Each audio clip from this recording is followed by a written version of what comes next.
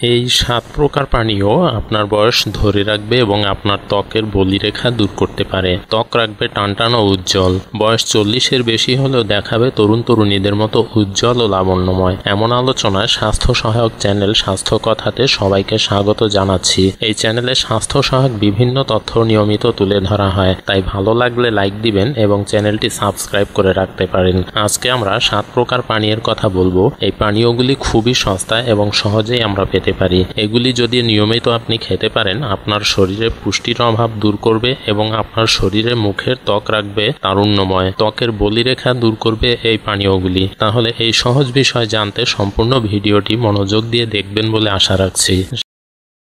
7 প্রকার পানীয় 40-এও আপনার ত্বক রাখবে 18 বছরের তরুণ তরুণীদের মতো। অ্যান্টি এজিং ড্রিঙ্কস বলতে পারেন এই পানীয়গুলিকে। নিয়মিত দুধ খেতে পারেন। দুধে প্রোটিন ও ক্যালসিয়াম থাকায় ত্বক ভালো থাকে, তবে যাদের ল্যাকটোজ ইনটলারেন্স আছে তাদের না খাওয়াই ভালো। এর বদলে নিয়ম করে সয়া মিল্ক খেতে পারেন। এতে ত্বকে বলিরেখা পড়বে না এবং আপনার ত্বক হয়ে উঠবে উজ্জ্বল।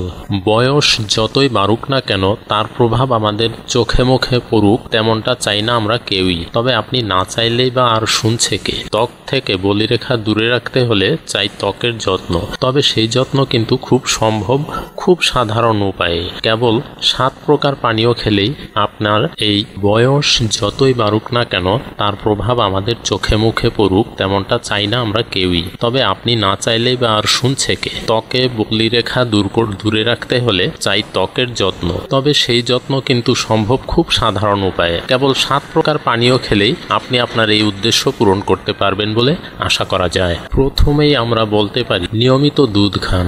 দুধে প্রোটিন ও ক্যালসিয়াম থাকায় ত্বক ভালো থাকে, তবে যাদের ল্যাকটোজ ইনটলারেন্স আছে তাদের না খাওয়াই ভালো। এর বদলে নিয়ম করে আপনি সয়া মিল্ক খেতে পারেন। এতে ত্বকে বলিরেখা পড়বে না এবং আপনার ত্বক হয়ে উঠবে আরো উজ্জ্বল ও লাবণ্যময়। ত্বকের উজ্জ্বলতা বজায় রাখতে এরপরে আমরা বলতে পারি রোজ অন্তত 1 কাপ গ্রিন টি খেতে পারেন। শরীরের অতিরিক্ত টক্সিন বের করতে সাহায্য করে এই গ্রিন টি। ফলে আপনি স্ট্রেস মুক্ত থাকবেন এবং ত্বক সতেজ থাকে। কাজে এই গ্রিন টি আপনার ত্বকের লাবণ্যময়তা ফেরানোর জন্য একটি ভালো কাজে দিতে পারে। এরপর আমরা বলতে পারি সকালবেলা ঘুম থেকে উঠে 1 কাপ কফি খেলেই শরীর তরতাজা লাগে। আবার ত্বকের জন্য কফি বেশ ভালো। ত্বকের ক্যান্সার ও অন্যান্য রোগ এড়াতে সাহায্য করে এই পানীয়। তবে বেশি মাত্রায় ক্যাফেইন গ্রহণ করলেন হিতে বিপরীত হতে পারে। তবে এই কফি আপনার ত্বকের জন্য খুবই উপকারী। তবে আপনি যদি নিয়ম মেনে খেতে পারেন তাহলে আপনার এটি ত্বকের জন্য খুবই উপকারী এবং লাবণ্যময় ত্বকের বলিরেখা দূর করতে সহায়ক হতেই পারে। এরপর আমরা বলবো গাজর খাওয়ার কথা। গাজর চোখের ঔজ্জ্বল্য বজায় রাখতে সাহায্য করে। আপনি কি জানেন গাজরের রস নিয়মিত খেলে ত্বকও ভালো থাকে? তাই আমরা নিয়মিত গাজরের প্রতি একটু নজর বাড়তি দেব, কারণ এই গাজর নানান ধরনের উপকার তো করেই, আপনার ত্বকের ঔজ্জ্বল্য বজায় রাখতে এবং ত্বকের বলিরেখা দূর করতেও এটি অনন্য ভূমিকা রাখতে পারে। ত্বকের ঔজ্জ্বল্য ও লাবণ্যময়তার জন্য বিট খুবই ভালো কাজে দিতে পারে।